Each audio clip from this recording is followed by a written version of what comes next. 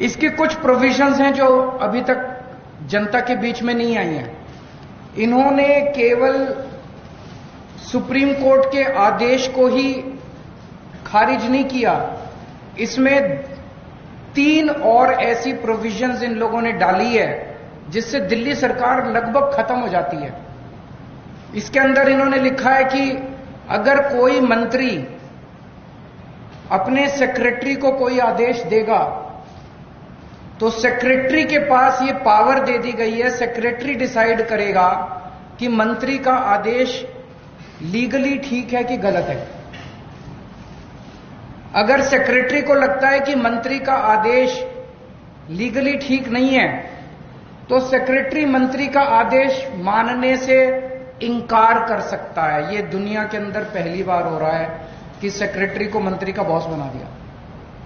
आपको 2 उदाहरण देता हूं, अभी पिछले हफ्ते हुए हैं दिल्ली सरकार में। विजिलेंस सेक्रेटरी को सौरभ भारद्वाज जी ने आदेश दिया वर्क एलोकेशन ऑर्डर की ऐसे ऐसे होगा। विजिलेंस सेक्रेटरी ने अपने आप को अब एक दिल्ली सरकार के अंदर इंडिपेंडेंट अथॉरिटी डिक्लेयर कर दिया है। वो कह रहा है कि इस ऑर्डिनेंस के आने के बाद मैं ना तो चुनी हुई सरकार के प्रति जवाबदेह हूं और एलजी के प्रति भी जवाबदेह, मैं उस अथॉरिटी जो बनाई है उसके थ्रू जवाबदेह हूं। तो डे टू डे फंक्शनिंग के लिए विजिलेंस सेक्रेटरी कह रहा है मेरा कोई बॉस नहीं है, now I am an independent authority. तो इस एक और केस के अंदर एक जगह झुग्गियां टूटी। जो हमारा दिल्ली सरकार का वकील था उसने कोर्ट में बहुत कमजोर दलीलें दी। ऐसा लगा कि वकील दूसरी पार्टी से मिला हुआ है। मंत्री ने आदेश दिया कि अगली हेयरिंग में हमें कोई अच्छा सीनियर एडवोकेट हायर करना चाहिए। तो सेक्रेटरी फाइल पे लिखती है कि वकील हायर करने का प्रेरोगेटिव सेक्रेटरी का है, मंत्री मुझे आदेश नहीं दे सकता कि कौन वकील हायर करना चाहिए, इसलिए आपका आदेश इलीगल है, मैं आपके आदेश को नहीं मानती। ऐसे सरकार कैसे चलाएंगे?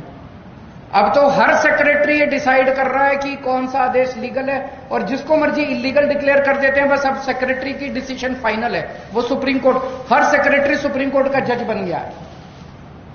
एक और इसके अंदर प्रोविजन है, चीफ सेक्रेटरी को यह पावर दे दी गई है कि वो डिसाइड करेगा कि कैबिनेट का कौन सा डिसीजन लीगल है और इलीगल है। कैबिनेट सुप्रीम होती है, जैसे देश की कैबिनेट सुप्रीम है, राज्य की कैबिनेट सुप्रीम होती है। अब इसके अंदर यह पावर दे दी गई है, चीफ सेक्रेटरी तय करेगा कि कैबिनेट ने अगर कोई निर्णय लिया तो चीफ सेक्रेटरी डिसाइड करेगा कि वो निर्णय लीगल है कि इलीगल है। अगर उसे लगता है कि इलीगल है तो वो एलजी को रेफर करेगा और एलजी को पावर दी गई है, वो किसी भी कैबिनेट के डिसीजन को पलट सकता है।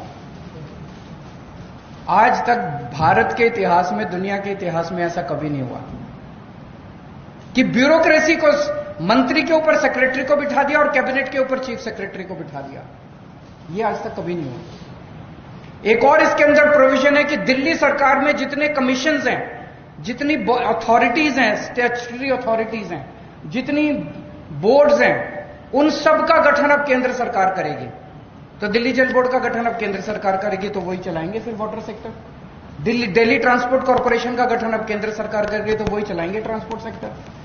दिल्ली इलेक्ट्रिसिटी रेगुलेटरी कमीशन का जितने लगभग 50 से ज्यादा कमीशंस और अलग अलग सेक्टर्स के, वो सारे अब केंद्र सरकार गठन करेगी। तो दिल्ली सरकार क्या करेगी? चुनाव क्यों कराते हो? तो ये बहुत ही खतरनाक अध्यादेश है। इसका जितना हम इसमें पढ़ रहे हैं, जितना इसके अंदर जा रहे हैं, उतना ये लग रहा है कि ये बहुत ही गलत नीयत के साथ बनाया गया है।